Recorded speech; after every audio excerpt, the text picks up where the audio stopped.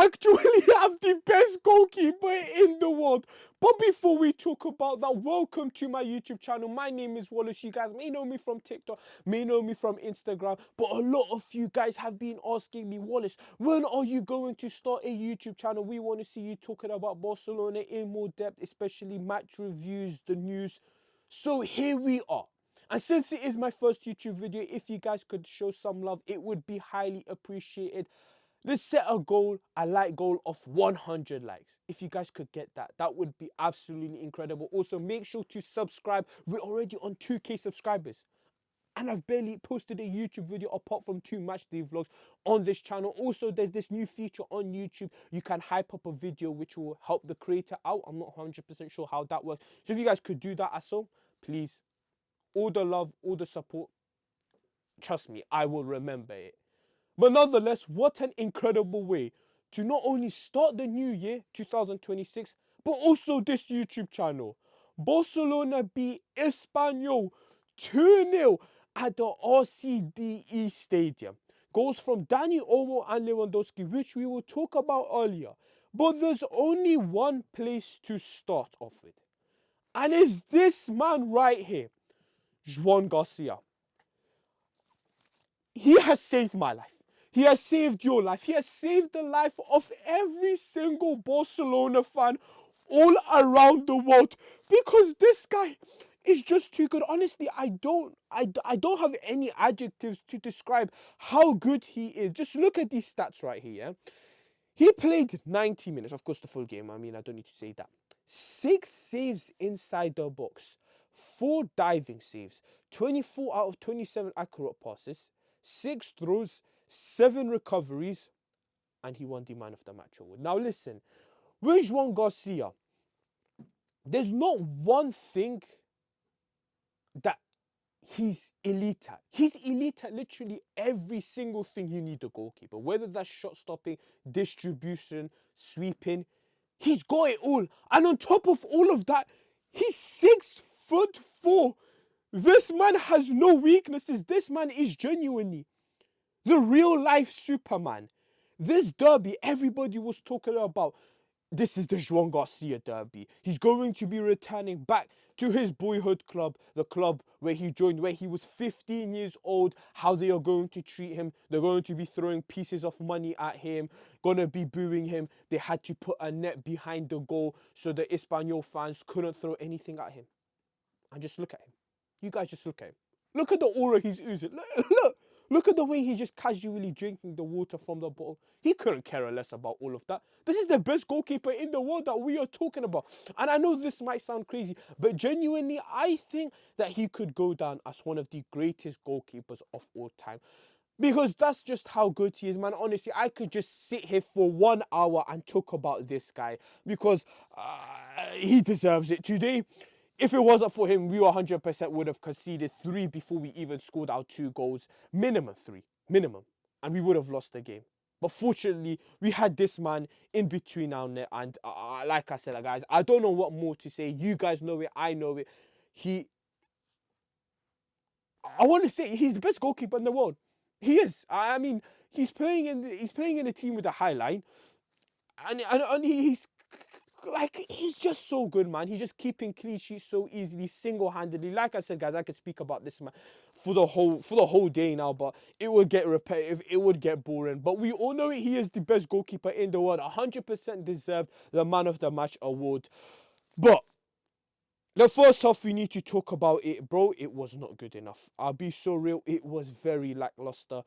We didn't create no chance in the first half. Like, I don't know, our players, it was just not working out. This was the lineup that we had initially. We had, of course, Joan Garcia, Jules Koundé, Kubasi, Gerald Martin, Balde, Frenkie de Jong, Eric Garcia as the double pivot, and then this front four, which I have to say I'm not a big fan of, I'll be real. Because when we play Rafinha in this number 10 position, it takes away the best of his qualities, which is running in behind the defense, cutting it back, or shooting across goal. But when he's playing in this number 10 position. He's in the middle of the pitch. He has the right hand bias. He always likes to stay in positions like this and just cross the ball into the box.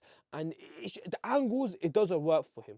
And then as for Rashford and Ferran, it just didn't work out the first half. We didn't, like, there was not even one clear cut chance that we made.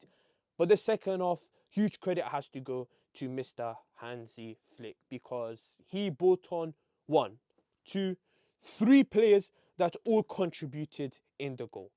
Fermi Lopez, Dani Olmo, and Robert Lewandowski. Starting off, we need to speak about Dani Olmo, man, because his goal from today, the way he took that chance, first time shot into that top right hand corner, it was absolutely incredible, man. Let me just show you guys if there's any pictures. There's nothing here, but he 100% changed the game. Now, I know a lot of people are not a big fan of him because he does get frequently injured, which is a big problem, especially due to the fact that we spent 60 million euros on him. So we need him to stay fit because we spent big money on him. And right now, we all know we don't have the money to be spending that type. So we need him to be fully fit for us. But it's moments like this that makes you question, imagine if Dani Olmo was fully fit for a consistent amount of time. How good could he actually be? Because that finish is not easy. He made it look easy. The way he took that chance first time into the top right hand corner, the keeper just stood still because it was impossible for him to save that. So that's my question to you guys. I know I even mentioned it earlier in the season. Yes, I know a lot of people aren't big fans of him. He's frustrating as a player because of his injuries. But trust me, guys, we just need to put our faith in him, because not only is he from La Masia, but we spent a lot of money on him now, bringing him back to the club. So we have to believe in him. He is basically our last big signing. But this man right here, as much as Dani Olmo had an incredible goal, which we just talked about, he changed the game for us. I'll be so real. Because the way he took down that ball, okay, the way he took down the ball and then just laid it off to Dani Olmo so perfectly. We talked about Dani Olmo just putting the ball into the back of the net first time. But it was his pass that allowed Dani Olmo to take it first time. If he overhit that pass or underhit that pass, that would have meant Dani Olmo would have either went out wide or we'd have to come inside, and it would just have messed up the whole play. He laid it on a plate to Dani Olmo, and then the second assist, he's like a bulldog on that right hand side. The Espanyol left back, he was left. He got left behind. The way he was just fighting, hustling. Like, he just went through that team, and then you think he gets into that position where he's at one-on-one with the keeper on the touchline. You think, okay, maybe he's going to be a bit greedy. He might take a shot. No. He sees Robert Lewandowski in the middle of the box, cuts it back to him, and it's a very unorthodox finish from Robert Lewandowski. It hits his leg, it rebounds to his chest, and then it goes into the back of the net. We don't care how the ball goes into the back of the net, as long as it does. That's all that matters. But Fermi Lopez alongside Dani Olmo, they changed the game for us. Like I said, in the first half, especially with Rafinha playing in the number 10 position, it just wasn't working out. So I think that experiment of Rafinha as a 10, unless we desperately need it, we shouldn't be doing that anymore. Especially when we have both Fermi Lopez and Dani Olmo who can play in that position, who are on the bench. It's unnecessary, in my opinion, doing all of that. And then after that, we get the 2 goals, 2-0. We win at the RCDE Stadium. Like I said, this is Espanyol's Champions League final. We beat them in the stadium. They were so hyped up for the game. They were talking about Joan Garcia. They wanted to blah, blah, blah. Like, it was just all unnecessary. And now, looking at the league table, 19 games played, so literally bang on halfway through the season for Barcelona. We are on 49 points. We are 49 points, and of course, Real Madrid have a game to play in hand tomorrow, which is against Real Betis, but we are 7 points clear. 7 points clear. And the big question is now, could Barcelona actually hit 100 points this season? Because let's be honest, yeah, I'll be so real. We haven't had an incredible start to the season. But like I said, halfway through the season, we've played exactly half the games that we are going to play until the end of the season. and we've already got 49. So theoretically, if we carry on this form, we are projected to finish with 98 points, just 2 points away from 100.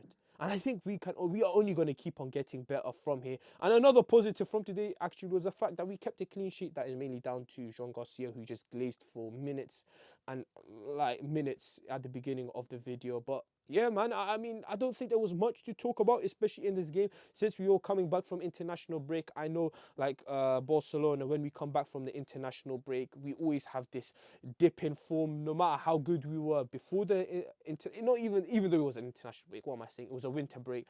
We come back, we weren't fully firing, and we could see it in the performance. It wasn't a dominant performance. 2-0 is not, I don't think it resembles the performance that well, but all that matters is that we got the 3 points and we just build up from here. You guys can see it in the stats. It was a pretty even game. Like, both teams had 4 big chances. Missed. Espanyol, they had their chances, but we had our chances as well. Espanyol had their chances. Both keepers were incredible. Joan Garcia was just better. And our players decided, let's put the ball into the back of the net. 86-minute winner from Olmo Lewandowski, 90th minute. Other players, I want to give a shout out to Jules Koundé. In my opinion, I think he was incredible today as well. Pau Kubasi as well, very underrated. Alejandro Bode in that first half, in my opinion, was absolutely incredible. I think he was by far Barcelona's best player, alongside Joan Garcia, of course, but he's like in another world right now. Lamine Yamal, I think he had a very quiet game, and apart from that, not much has to be said. But like I said, there wasn't much to be said. But if you guys did, and if you guys still are here till the end of the video, I truly appreciate you guys. First ever YouTube video. I know I'm not like that used to this style of videos, so bear with me, trust me, I'll get the hang of it. But like I said, guys, in the beginning of the video, if you guys could show some love, make sure to leave a like. If you guys haven't already, make sure to subscribe, hit the notification bell on, so every time I do post, you guys will be notified. Also, remember, there's a new feature, hype up the video. It helps me out a lot. I think it's a new feature, so if you guys could do that. Thank you guys for watching till the end of the video. And listen, Barcelona, top of the league. Real Madrid play tomorrow against Real Betis. Let's hope they drop more points. La Liga, in my opinion, I think it's already done because the way both teams are playing, but nothing is guaranteed. But nonetheless, thank you guys for watching. Remember, like, subscribe, comment, and I'll see you guys in the next one. Love.